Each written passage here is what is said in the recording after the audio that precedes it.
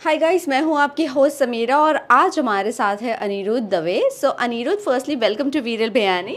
Hi, thank you Samira. सो अनिरुद्ध, सबसे पहले तो खुशी से ही शुरुआत करते हैं। जो बायोपिक बनी थी चंदू चैंपियन मुरलीकांत जी के ऊपर और उन्हें अर्जुना अवार्ड से नवाजा गया है, क्या कहना चाहोगे आप? देखिए, ये तो एक बहुत बड़ी बात है बिकॉज 1972 में जब गोल्ड मेडल मिला था मुरलीकांत पेटकर सर को, तो वो एक अलग हर्ष, एक अलग जीत का गीत था, जो कि सॉन्ग भी है फिल्म के अंदर, आपने सुना होगा, जीत का गीत।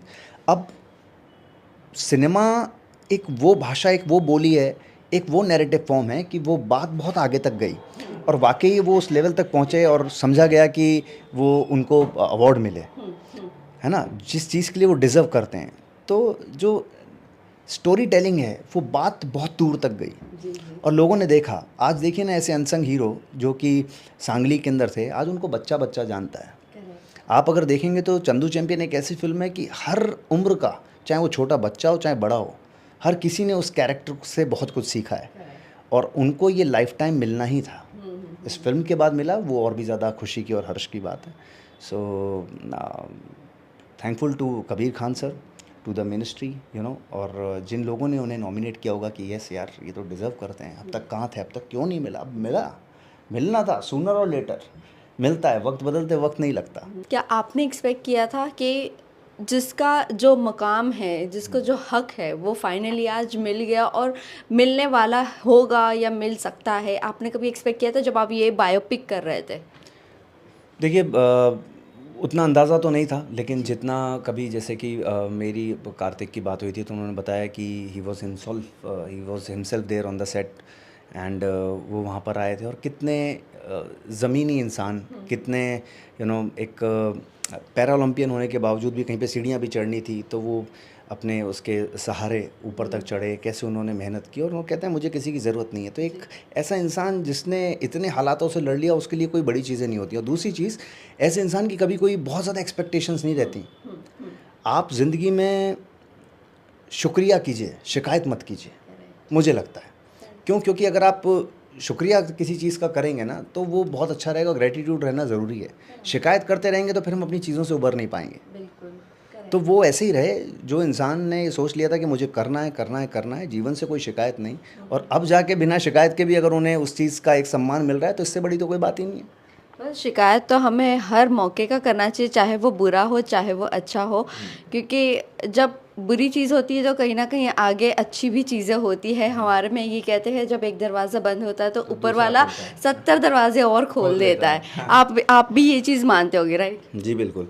देखो क्या होता है, एक कलाकार के लिए ना सबसे बड़ी बात समीरा ये होती है कि आपको बहुत ज़्यादा महत्वाकांक्षी होना पड़ता है ना। एक दरवाज़ा अगर बंद हुआ तो दूसरे 4 रास्ते खुलते हैं। मुझे भी कभी नहीं मालूम था कि ये फ़िल्म चंदू चैंपियन मेरे करियर के लिए एक इतना बड़ा वो हो जाएगी कि आज टचवुड इस ये साल 2025 अभी तो शुरू हुआ ही है। इस आधे साल तक या साल के एंड तक मेरे पास अब समय नहीं है। कहाँ मैं सोचता था कि नहीं यार, कोई भी रोल मिलेगा, छोटा होगा करूँगा, टीवी होगा, जो मिलेगा करूँगा, क्योंकि हम तो कलाकार हैं, हमें तो काम चाहिए और काम कोई छोटा बड़ा होता ही नहीं है। लेकिन कहते हैं ना कि जब आप कई बार वो चीज़ें जिनसे आप उम्मीद नहीं रखते, उनसे उनसे आपको उम्मीद से दुगना मिल जाता है। तो I am thankful to the team, Chandu Champion की पूरी team, Kartik sir, casting team, Kabir sir ने जिस तरीके से उस कैरेक्टर को डिज़ाइन किया, वो बहुत बहुत खूबसूरत है। मुरलीकांत पेटकर जी के भाई जगन्नाथ पेटकर, उनका उनकी लाइफ में वो जो सीन था, स्पेशली जो एक बीच वाला सीन था, उसको बहुत लोगों ने पसंद किया। और जब सर ने मुझे बताया तो मैंने सर से यही पूछा था, कबीर सर से, क्या सर ये फ़िल्म का हिस्सा है ये वाला सीन? बोली यस यस, जो तुमने ऑडिशन में किया है वो है। वो बहुत ही कमाल का सीन था। और आप वो जर्नी देखेंगे ना, तो बहुत बहुत मतलब दिल को छूने वाला वो सीन है दोनों भाइयों के लिए। तो अब ऐसे में अगर मुरलीकांत पेटकर जी को वो एक सम्मान मिला है, जो इतने समय से, मतलब लाइफ टाइम अर्जुन अवार्ड, मतलब बहुत बड़ी बात है, क्योंकि इससे बड़ा कोई सम्मान नहीं है खेल जगत में। तो मैं उस फिल्म का हिस्सा हूँ, ये मेरे लिए बड़े गर्व की बात है। पर इसी के साथ साथ ये भी जानना चाहेंगे, किस तरह का आपका एक्सपीरियंस रहा कार्तिक के साथ काम करने का और कबीर सर के साथ काम करने का, और क्या कुछ सीखा आपने? देखिए, सीखना तो मतलब है ही, कलाकार के लिए तो वही साइकिल वाली बात है, संतुलन बना के रखना है, सीखते भी जाना है और करते भी जाना है। तो जब आपके पास में ऐसे डायरेक्टर हों, कबीर खान सर जैसे, तो आपको मालूम होता है कि भाई आपको जो भी सीन कर रहे हैं उसकी कौन सी नब्ज़ पकड़नी है, कौन सा सुर छूना है, क्योंकि हल्के से सुर का ही फ़र्क होता है खाना बनाने में और एक्टिंग में। वो कोई वाली बात है कि कितना नमक मसाला किस वक्त डालना है और कैसे डालना है, वही वही उसी का ही खेल है। तो वो संतुलन बनाना, वो बैलेंस करना, वो पर्टिकुलर वो बीट पकड़ना, वो एक बहुत बड़ा खेल था। और वो बहुत ट्रिकी सीन थे मेरे, जो 3-4 सीन थे, स्पेशली वो बीच वाला सीन। तो रिहर्सल की और सर ने बताया कि देख यहाँ यहाँ से ये इसका पूरा ग्राफ है और ऐसा है। और वो बड़ा एक ऐसा मौका था, मैं आपको बताता हूँ, सनडाउन होने वाला था और हम लोग अक्सा बीच पे थे। और वो पूरा जो सीक्वेंस था हम लोगों ने जिस हालात में शूट किया, बिकॉज उतनी सी देर के लिए वो एक वो जो मैजिक आवर वाला टाइम रहता है, जब सनडाउन हो रहा होता है, सनसेट का टाइम होता है, उतनी देर में अगर वो हो गया तो हो गया, नहीं हुआ तो सर ने कहा कोई टेंशन, कोई प्रेशर वाली बात नहीं है, you just take your own sweet time और इस सीन को ऐसे करना है। अब मैं अपने इमोशन में हूँ, but I wanted to do it in one go, because मुझे कबीर सर ने बोला था would you able to do it, मैंने कहा यस सर, उसमें ही करेंगे। It was multi cam setup, मैं और कार्तिक वहाँ पे हैं। और उसमें ये भी था कि कुछ बोट्स जो थी वो पानी की तरफ जा रही थी। अब उनको उतने समय पर वो सीन भी होना है, बोट्स को भी दूर होना है, और वो हमारे डायलॉग्स भी हमें ख़त्म करने हैं। तो I wanted so many rehearsals and Kartik supported me so well. मतलब यार एक और रिहर्सल, या एक और करें क्या, अच्छा एक और। तो एवरी टाइम ही सेड हाँ of course brother, let's do it. So जब आपके साथ में एक्टर अच्छा होता है ना, और वो बहुत पैशनेट है, तो क्या होता है, सीन में 4 चांद लगने ही हैं। बिकॉज आप जितना मांझोगे उतना उस आपका सीन निखर कर आएगा। और एक बार जो कर दिया वो कर दिया, मौके बार बार नहीं मिलते हैं। मौका जितना छोटा शब्द है वो उतनी सी देर के लिए आता है, और एक एक्टर के लिए वही होता है। आपको जब वो मौका मिला है तो आप यार स्क्रीन पे फिर खेल जाओ, क्योंकि वो लाखों करोड़ों लोग आपको देखेंगे। और आज घर पे बैठा हर आदमी बहुत बड़ा क्रिएटिव है, सब तो क्रिएटर हैं, वो क्रिएटिव भी हैं, तो उनको मालूम है क्या सही है और क्या गलत है। अगर आपने थोड़ा बहुत भी उसमें 19-20 कहीं कुछ किया तो कहीं यार मज़ा नहीं आया। तो अच्छी कास्ट मिली, Kartik was so good, Kabir sir ने इतना अच्छा प्यारा एक पूरा सीन डिज़ाइन किया था। मतलब डायरेक्शन से ज़्यादा मैं उसको कहूँगा वो सीन वेरी वेल डिज़ाइन था, that was very well panned also, बहुत प्यारा लिखा हुआ था वो। तो सुमित अरोड़ा और सर की स्क्रिप्ट थी, कबीर खान सर की, उन्होंने लिखा। एंड वो उसको बड़ी शानदार तरीके से उन्होंने बताया कि ये मूड है। उस माहौल में हम लोग थे, समुद्र की लहरें आ रही हैं, आवाज़ आ रही है, 2 भाई वहाँ पे बैठे हैं, एक व्हील चेयर पे, एक खड़ा हुआ और कह रहा है यार तू घर मत आ। वो सीन पूरा हुआ और उसके बाद नहीं समझ में आया। I was just in my own mood and Kartik was सोबिंग, और उधर से फिर तालियों की आवाज़ आई। और हमको क्या चाहिए, और हर कोई ज़रा सी तालियां मिल जाती हैं ना तो उसका फिर दिन बन जाता है। तो फिर मैंने पूछा सर करेंगे क्या, बोले सीन इज़ डन। तो वो 1 टेक था और बड़ा मज़ा आया। एंड मैं अपने आप को बहुत इस चीज़ के लिए लकी मानता हूँ कि मुझे बहुत अच्छे लोग, बहुत अच्छी टीम, बहुत अच्छे एक्टर और डायरेक्टर्स का सेट मिला। और सबसे बड़ी बात, आपको अगर किसी फिल्म में काम भी मिलता है तो आपको एक सीन ऐसा मिलना चाहिए जिससे आप अपना लोहा मनवा दो। वो सीन मुझे वैसा मिला, मुझे लगता है। और yes, I am so lucky, thank you, I am very fortunate. या वेल ये जानना चाहेंगी, जिस इंसान पर ये बायोपिक बनी थी, आप उनसे मिले, उनके वो दोनों भाइयों से आप मिले, नहीं मिले, क्या कहना चाहोगे? बिल्कुल मैं मिला। मतलब जब प्रीमियर था उसके बाद मैं मुरलीकांत सर से तो मिला, लेकिन उनके भाई से नहीं मिला, जगन्नाथ। बट उन्होंने ये कहा कि हाँ अच्छा किया तू, अच्छा लगा। तो फिर उसके बाद में भी मैंने उनको फ़ोन किया, मैंने कहा सर आप एक बार मेरी बात करवाइएगा उनसे, जगन्नाथ जी से। तो बोले ठीक है, हम अब मुंबई आएंगे, हम कभी बात करेंगे, मिलेंगे। तो बायोग्राफी में एक्चुअली यही होता है ना कि जब आप किसी एक किरदार को पोर्ट्रे करते हैं तो थोड़ा सा डर लगता है कि यार वो कैसा होना चाहिए, क्या होना चाहिए, क्योंकि मिला नहीं था। बट हमको पूरा ब्रीफ जिस तरीके से डायरेक्टर ने दिया था, कबीर खान सर ने, तो मैं समझ गया था कि मुझे ये करना है और ये नहीं करना है। और वो बहुत कुछ उसके इर्द गिर्द था। प्लस उस किरदार की उस नफ्स को पकड़ना एक, मुझे लगता है सबसे बड़ी एक कलाकारी थी। और मतलब मुझे खुशी हुई कि जब उन्होंने कहा कि हाँ वो लगा कि तू जग गया जैसा था करके। मैंने कहा ठीक है बरोबर साहब, थैंक यू। तो बहुत बहुत प्यार आशीर्वाद दिया उन्होंने, अच्छा लगा। उनकी पूरी स्टोरी सुनने के बाद कौन सा ऐसा मोमेंट है जहाँ पर आप बहुत ज़्यादा इमोशनल हो गए थे? देखिए वो तो पूरी फिल्म अगर आप देखेंगे तो आपको वही लगेगा कि आदमी उठता है, गिरता है, फिर चलता है। लेकिन सबसे ज़्यादा तो वही था कि जब आर्मी से भी आदमी जब वहाँ पे जब पहुँचा, वहाँ तक पहुँचने के बाद फिर उनको गोली लगी, और गोली लगने के बाद अस्पताल में पहुँचा, इतने लंबे समय तक कोमा में रहा, उसके बाद फिर अपाहिज ही हो गए। अब घर परिवार भी कह रहा है यार तुम घर मत आओ, यहीं रहो और हमारे पे ऊपर बोझ बनोगे। थोड़ा सा एक ऐसा लगता है, घर की जो परेशानी है कि भाई कौन संभालेगा, यहाँ पे सब लोग हैं, तो वो होता है कि यार आदमी कहाँ जाए, क्योंकि परिवार से बढ़कर कुछ नहीं होता। इंसान या तो अपने में रहे या फिर अपनों में रहे। अगर अपनों में रहेगा ना तो उसको एक हिम्मत मिलती है। फला फूला रहता है। बिल्कुल बिल्कुल बिल्कुल। अब फिर वहाँ तो इंसान अपने में तो रह नहीं सकता था, क्योंकि उनका तो मोरल ही पूरा डाउन हो गया था, अपनों ने मना कर दिया था, तो उससे बड़ा दर्द वाला और क्या होगा यार। वेल दर्द से अगर मैं बात करूँ कहीं ना कहीं एक वक्त हमारी भी ज़िंदगी में, सबकी ज़िंदगी में आया था, that was Covid, and that time you were so critical, और उस वक्त आपका बेबी भी बहुत छोटा था।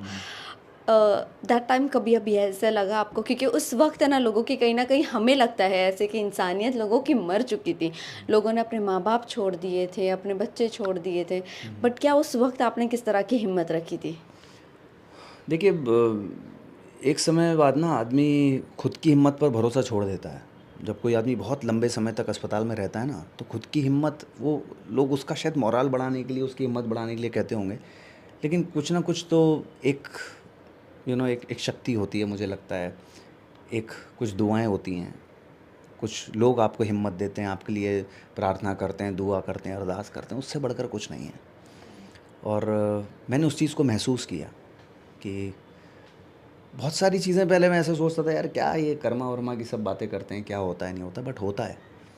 और जैसा आप वाइब्रेशंस इस यूनिवर्स में, जैसी चीज़ें, जैसी एनर्जीज आप छोड़ते हैं, कहीं ना कहीं बहुत लौट कर आती हैं सूनर और लेटर। तो मुझे लगता है कि अब मैं अपने आप में और ज़्यादा बेहतर इंसान हूँ पहले से, और ज़्यादा सजग हूँ, सचेत हूँ। पहले बहुत ही ऐसा था अरे ठीक है हो जाएगा, देख लेगा, बट हर आदमी को अलर्ट रहने की ज़रूरत है। लाइफ का नहीं भरोसा कब किसको क्या हो जाए। तो खेल है ये, जब तक है आप उसमें बहुत अच्छे से बने रहो, अपना ख्याल रखो, अपनों का ख्याल रखो, और विश्वास रखो, आस्था रखो। खुद पे यकीन होना ज़रूरी है, लेकिन भरोसा होना ज़रूरी है उस पर। यकीन खुद पे कर सकते हो, यकीन टूटेगा एक बार को, अपने आप को संभाल लोगे, भरोसा टूटेगा तो बहुत दुख होगा। तो वो भरोसा बना रहा है, मैं कहूँगा उसके लिए आई एम सो थैंकफुल। मेरी इंडस्ट्री, हमारी फ्रेटर्निटी, मेरे एक्टर फ्रेंड्स, मेरे दोस्त, मेरे फैंस, सब लोगों ने इतना प्यार, इतनी दुआएं की हैं, तो सामने हूँ ना। ये उस वक्त ने आपको बहुत सारी चीज़ें सिखा दी, ये कह सकते हैं, राइट? बिल्कुल बिल्कुल। देखिए ये तो वही वाली बात है, वक्त बदलते वक्त नहीं लगता। आपको समय बहुत कुछ सिखा देता है, और फिर आप खुद को एनालाइज भी करने लगते हो, खुद को झांकने लगते हो, टटोलने लगते हो कि यार मुझ में कहाँ कमियाँ हैं, क्या है क्या नहीं है। जीवन बहुत कीमती है, मिला है उसको, just make most of it. ये मुझे अब समझ में आया, करेक्ट, क्योंकि एक पल का खेल है। राइट। अभी तो पहले सिर्फ बातें किताबों में पढ़ते थे, अरे जीवन नश्वर है, ऐसा है वैसा है, लेकिन ऐसा ही है, ऐसा ही है। बिल्कुल। जो बेटर ट्रूथ है ना लाइफ के, वो हैं। तो ठीक है, बहुत कुछ हमने सीखा है, और मैं तो यही प्रे करूँगा जीवन में कभी इस तरीके की कोई महामारी, ऐसा कोई पेंडेमिक नहीं आए, क्योंकि सब लोग बहुत जूझ चुके हैं, और अब हम सबको बहुत पॉजिटिव माहौल चाहिए। राइट। आप ये देखिए ना, ज़रा सा कल परसों ज़रा सा सुना, कितनी एक हाँ, लोगों की तकलीफ़ें बढ़ गई, बिल्कुल। एंड यू नेवर नो कितने लोगों ने चीज़ों को फेस किया है। तो वो दौर गया, अब उसके बारे में नहीं बात करते। बिल्कुल। तो वेल इसी के साथ साथ ये भी जानना चाहेंगे अनिरुद्ध, आपने अपना करियर जो स्टार्ट किया है वो टीवी से स्टार्ट किया था, बट अगर टीवी से अपॉर्चुनिटी मिलती है आपको, क्या आप पसंद करोगे कम बैक करना फिर से एक बार? देखिए कमबैक तो मैं टीवी के लिए कभी कहूँगा ही नहीं, क्योंकि मैं तो यहीं हूँ ना, अपने Yes. लोगों में ही हूँ। हाँ, बिल्कुल। ये मेरा परिवार है। टेलीविज़न ने मुझे दिया, तो जितने भी चैनल्स हैं या जितने प्रोडक्शन हाउस के साथ मैंने काम किया, वो सब लोग एक वो फ्रेटर्निटी है जिसको मैं आपको, जैसे मैंने अभी भी ग्रेटिट्यूड वो किया, तो वो लोग हैं अपने वहाँ। तो मैं जब चाहूँगा तब, बट अभी मैं अपने आप को एक्सप्लोर करना चाह रहा हूँ। मुंबई जब आया था तो स से सीने में सिनेमा था, ट से टिकने के लिए टीवी कर लिया। स से सिनेमा, ट से टीवी, है ना। और अभी व से वक्त है वेब का।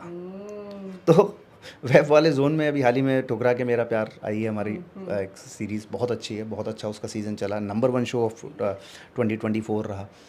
तो ऐसे ही चीज़ें हैं। चंदू चैंपियन रिलीज़ हुई इस साल, कागज़ 2 आई अमेज़ॉन प्राइम पे मेरी फ़िल्म, और अभी बस अगली 2 फिल्में जो हैं उनकी तैयारी है, 10 दिन बाद शूटिंग शुरू हो जाएगी। सो जस्ट फिंगर्स क्रॉस, और ऐसे ही लोग, ऑडियंस, सब लोग मुझे प्यार देते जाएं, और क्या चाहिए। व्हाट आर यू एक्सपेक्टिंग आने वाली मूवी से, और क्या वो आपके ड्रीम किरदार है या नहीं है? देखिए, ड्रीम रोल तो नहीं बोलूँगा, बट कभी कभी क्या होता है जब हम लोग सेट पे पहुंचते हैं ना, कोई भी एक्टर जब सेट पर पहुंचता है तो वो अपने आप को एक्सप्लोर करता है, और अगर वो उस किरदार के कुछ हद तक उसने उन सुरों को पकड़ लिया और उन चीज़ों को अचीव कर लिया, तो कई बार वो ही बहुत अद्भुत बन जाते हैं जो आपको नहीं पता होते। कैरेक्टर्स लिखे जाते हैं, उनको फिर डायरेक्टर डिज़ाइन करते हैं, और डिज़ाइन करके एक्टर उसको पोर्ट्रे करता है। कई बार वो चीज़ें ऐसी हो जाती हैं तो आप कहोगे यार मैंने तो कभी सपने में नहीं सोचा था, तो वही ड्रीम रोल बन जाता है। मैं अगर पर्टिकुलर आपको बोलूँ कि नहीं यार मैं एक जोकर का रोल करना चाहता हूँ, या फिर मैं एक एक अलग किस्म के किसी एक साइकी कैरेक्टर को करना चाहता हूँ, या कोई भी एक, तो वो ड्रीम रोल हो सकता है कि हाँ भाई मुझे जोकर का रोल करना है, हाँ मुझे एक सर्कस में काम करने वाले एक वर्कर का काम करना है, या कुछ भी। लेकिन कभी कभी आप जो कैरेक्टर करते हो ना, वो ही इतना ऐतिहासिक हो जाता है कि लोग कहते हैं कि यार वाह वाह, मज़ा आया यार, ये तुमने बहुत अच्छा किया, शायद इतना अच्छा और कोई नहीं कर पाता। So you never know. तो मुझे एक्सपेक्टेशन है दोनों फिल्मों से। बहुत जल्दी मैं नाम भी अनाउंस करूँगा, आप लोगों को पता चल भी जाएगा। तो बस छोटे छोटे जो बेबी स्टेप्स हैं वो रखना ज़रूरी है, क्योंकि मुंबई शहर है, सपनों का शहर है, हर रोज़ सपने देखते हैं, सपने टूटते हैं, तो वो that's part and parcel of life. तो फिंगर्स क्रॉस, जो मेरे पसंदीदा किरदार हैं जो मैं करना चाहता हूँ, अगर वो नहीं भी करूँगा तो उनके कुछ कुछ ट्रेट्स हर कैरेक्टर में अगर कहीं आ सकता होगा, किसी सीन में आ सकता होगा, तो वो एक्टर अपना अपना जो एक उसका होता है, सबका एक अपना एक फोटे होता है हर एक्टर का, वो अपनापन, उसका जो एक अपनापन होता है, उस पन को वो डाल देता है, जो उसका एक स्टाइल होता है, उसका एक मैनरिज्म होता है, एक एटीट्यूड होता है, एक टेम्परामेंट होता है। तो वो कर करके भी थोड़ा थोड़ा सोचूंगा कि हाँ यार मैंने अपना एक ये वाला पन डाला किसी कैरेक्टर में, तो करूँगा ये। इसी के साथ साथ ये जानना चाहेंगे, बेबी के साथ किस तरह का वक्त निकालते हो अपने बेबी के लिए? जब बिजी स्केड्यूल होता है आपका, तो कब कब वक्त निकलता है, कितना पैम्पर्ड कर पाते हो आप खुद? देखिए, टीवी के साथ ना, जब आप टीवी कर रहे होते हैं तब आपका फैमिली से बहुत बहुत वो हो जाता है, बहुत कम समय दे पाते हैं कंपेरेटिवली। जिस तरीके के वेब शोज़ मैं अभी कर रहा हूँ या जो फिल्म कर रहा हूँ, उसमें होता है कि हमारा 10-15-20 दिन का एक शेड्यूल हुआ, फिर आप घर आ गए, फिर 15-20 दिन कोई शूटिंग नहीं है, फिर आप एक ब्रेक के बाद जाएंगे जब अगली लोकेशन पे जाएंगे, या जब अगला स्केड्यूल आपका शुरू होगा। तो टचवुड फिल्मों में अभी जो जिस तरीके का मुझे काम मिल रहा है, उसमें बहुत आसानी से बच्चे के साथ समय बिता रहा हूँ, रनिंग करता हूँ उसके साथ। तो वो छोटा है, हालांकि अभी 4 साल का ही है, बट मुझे मज़ा आता है कि जैसे जैसे मैं मेरी एक्सरसाइजेस करता हूँ वैसे वो भी करता है। हम वॉक के लिए जाते हैं, घूमने जाते हैं, हम हमारे पेट के साथ बीच पे जाते हैं, वहाँ पे हम थोड़ी देर क्लीनिंग करते हैं, फिर थोड़ी देर हम रनिंग करते हैं। तो छोटी छोटी चीज़ें और वो होते हैं जहाँ पे हम अपनी फैमिली के साथ समय बिता पाते हैं, तो मज़ा आ रहा है। ये एक जीवन का एक अलग पड़ाव है, and I am loving this. Well great. But इसी के साथ साथ आपने अब तक का एक भी रियलिटी शो क्यों नहीं किया? Specially I am talking about Bigg Boss. I just want to know, आपने बिग बॉस क्यों नहीं किया? क्या आप देखते भी हो? ऐसा नहीं है कि मुझे बिग बॉस के लिए ऑफर नहीं आया, बल्कि इसी साल ही आया था। ओह, बट मेरी जो प्रायोरिटीज़ हैं वो फ़िलहाल अलग थी, बिकॉज आफ्टर चंदू चैम्पियन मैं कोई अच्छी फ़िल्म, अच्छे वेब शोज़ और वही करना चाहता हूँ, टचवुड वही कर रहा हूँ। फिर मैंने सोचा कि अभी अगर 3-4 महीने रादर देन, बिकॉज मेरा चंदू चैम्पियन के वक्त वज़न काफ़ी ज़्यादा था, तो कार्तिक में और मुझ में वो एक डिफरेंस दिखना था। प्लस मुझे जिस जिस तरीके की उसमें मुझे सेलेक्ट किया था डायरेक्टर ने, मैं वैसे ही लुक में ही रहना चाहता था, क्योंकि मुझे मालूम था कि हाँ भाई, एक बड़ा भाई जो है वो थोड़ा सा चबी है, वो है। तो मैंने अभी तकरीबन अपना 8-10 किलो वज़न कम किया उसके बाद, और मैं दूसरी अपनी चीज़ों पे वर्क कर रहा था। तो अगर मैं कहीं और कोई दूसरा काम, अभी एक रियलिटी शो में चला जाता, तो ना तो मैं उतना मेंटल प्रेशर लेना चाहता हूँ अभी, ना मैं किसी और भाग दौड़ी में हूँ, और शायद अभी नहीं, बाद में कभी करूं, बट मैं पता नहीं क्यों नहीं उस ब्रैकेट में अपने आप को नहीं देख पाता। आगे कभी ऑफ़र आया, शायद मैं कह दूं कि हाँ यार चलो लेट्स ट्राई, अभी फ्री हूँ, ठीक है कर लेते हैं। हाँ, खतरों के खिलाड़ी ज़रूर मैं करना चाहूँगा, बिकॉज वो सब मेरा एक फोर्टे है, you know. Yes yes yes, doing the action, you know, jumping, the cable work, the hardness work, you know, तो वो सब मेरा फोर्टे है। मैं स्विमिंग वगैरह करना, हेलीकॉप्टर से जंप करना, ये सब मैं वैसे भी कर सकता हूँ। हाँ, मुझे बहुत पसंद है। पैरासेलिंग करना मुझे है, जेट स्की वगैरह मैं करता हूँ। फिर उसके बाद रॉक क्लाइंबिंग मैं करता हूँ, स्केटिंग मैं करता हूँ, तो वो सब मेरा शौक़ है। वहाँ पे बिग बॉस के घर में वो हाँ, तो मैं अभी अपने घर में ठीक हूँ, तो पता नहीं। बट इस बार का बिग बॉस आप फॉलो कर रहे हो नहीं कर रहे हो, कोई फ्रेंड है आपके? नहीं, फ्रेंड एज सच नहीं है, बट कुछ लोगों के लिए मैं देखा था, विविन इज़ देयर, एंड उसके अलावा तजिंदर बग्गा, वो बग्गा जी उसमें थे। तो वो जिन लोगों को मैं जानता हूँ उनके लिए थोड़ा कभी सरसरी निगाहों से देख लिया, बिकॉज पॉपुलर तो शो इतना है कि आप जहाँ जाओगे वहाँ चल ही रहा होता है, या फिर लोग उस बारे में बात कर रहे होते हैं, तो नज़र पड़ जाती है। बट एज सच कुछ वैसे मैंने कभी फॉलो नहीं किया। हाँ, तो बिग बॉस तब बॉस लोग पहुंचते हैं वहाँ पर। मैं थोड़ा बिग हो जाऊँ तब पहुंचता हूँ। अरे नहीं नहीं, आप तो अभी बेगी हो, क्या बात कर रहे हो आप। लास्टली जाते जाते ही जाना चाहेंगे, आने वाले दिनों में कौन से ऐसे डायरेक्टर्स है या प्रोड्यूसर है जिसके साथ आप काम करना पसंद करेंगे? Any one in bucket list? एक तो डायरेक्टर हैं जिनके साथ अभी मैं करने वाला हूँ, है ना, तो हाँ, राहुल ढोलकिया सर। तो अभी हाल ही में अग्नि भी आई थी उनकी, तो उनके साथ मैं काम करना चाहता हूँ। और मुझे ना स्क्रिप्ट से बड़ा प्यार है। अब देखिए उस स्क्रिप्ट में मुझे कौन सा रोल मिलता है वो मुझे नहीं मालूम, बट अगर स्क्रिप्ट अच्छी हो ना, और आपका अगर उसके अंदर थोड़ा बहुत भी एक अच्छा इंपॉर्टेंट रोल हो, तो मुझे नहीं लगता कि किसी भी एक्टर को उस चीज़ के लिए मना करना चाहिए। कभी मैं खुद भी सोचता हूँ क्या मैं ये करूँ या नहीं करूँ, फिर मैं सोचता हूँ यार काम करने आए ना, काम करेंगे। कम या ज़्यादा, वो अच्छा या बुरा, वो ऑडियंस को निर्धारित करने दो, उनको डिसाइड करने दो। ऑडियंस खर्चा करके जा रही है आपको देखने के लिए, तो आपके काम में बस वो कुव्वत हो, वो चीज़ हो कि लोग कहें कि नहीं यार, अगर हमने इसकी फ़िल्म देखी तो of course you know he will bring something, you know, करेगा कैरेक्टर के साथ जस्टिस। तो मैं कर रहा हूँ बस, और टचवुड अब रोल भी अच्छे और बड़े मिल रहे हैं, जो पहले कभी नहीं सोचा था। अनिरुद्ध दवे का अभी फाइनली बॉलीवुड में पैर लग चुका है। हाँ हाँ हाँ, ये आप कह सकते हो। बल्कि 2025 में कम से कम 2 फिल्में आप देखेंगे, थिएटर में देखना, अच्छी बड़ी फिल्में हैं, मज़ा आएगा। 70 mm पे अगर मुझे देखोगे यार, मेरा खून बढ़ जाएगा, मेरा दिल खुश हो जाएगा। क्योंकि मैं आप लोगों से सिर्फ रिक्वेस्ट कर सकता हूँ और कुछ नहीं कर सकता। और बस मौके की तलाश में हूँ। मौका जितना छोटा सा शब्द है उतनी सी देर के लिए आता है, और आप वो मौका मत छोड़ना जब आप मुझे यार बड़ी स्क्रीन पे देखो। ये मैं एक दिल्ली एक रिक्वेस्ट है यार। लास्टली आप जाते जाते अपने फैंस एंड व्यूवर्स को क्या कहना चाहोगे जो आपको अब तक का इतना प्यार आपके लिए बरकरार रखे है? मैं ये कहूँगा कि देखिए, I am loved, I am blessed, और ये 2025 जो है, इसमें हर पल हर दिन बहुत ख़ास हो आप लोगों के लिए। और you also just make most of it. खुश रहो, स्वस्थ रहो, और रिजोल्यूशंस फिर वो शुरुआती 5-7-10 दिन तक के लिए मत रखो यार। वो सोच लो, एक गांठ बांध लो आप कि ये करना है, मतलब करना है। दुनिया की कोई ताकत आपको, मैं कहूँगा कि, हरा नहीं सकती। तो 25 में काम 25 करना है भाई लोग, सब मज़ा आएगा आप लोगों को। And wish you all love and luck. Thank you so much for loving me. Thank you so much for loving my shows and my character. Love you.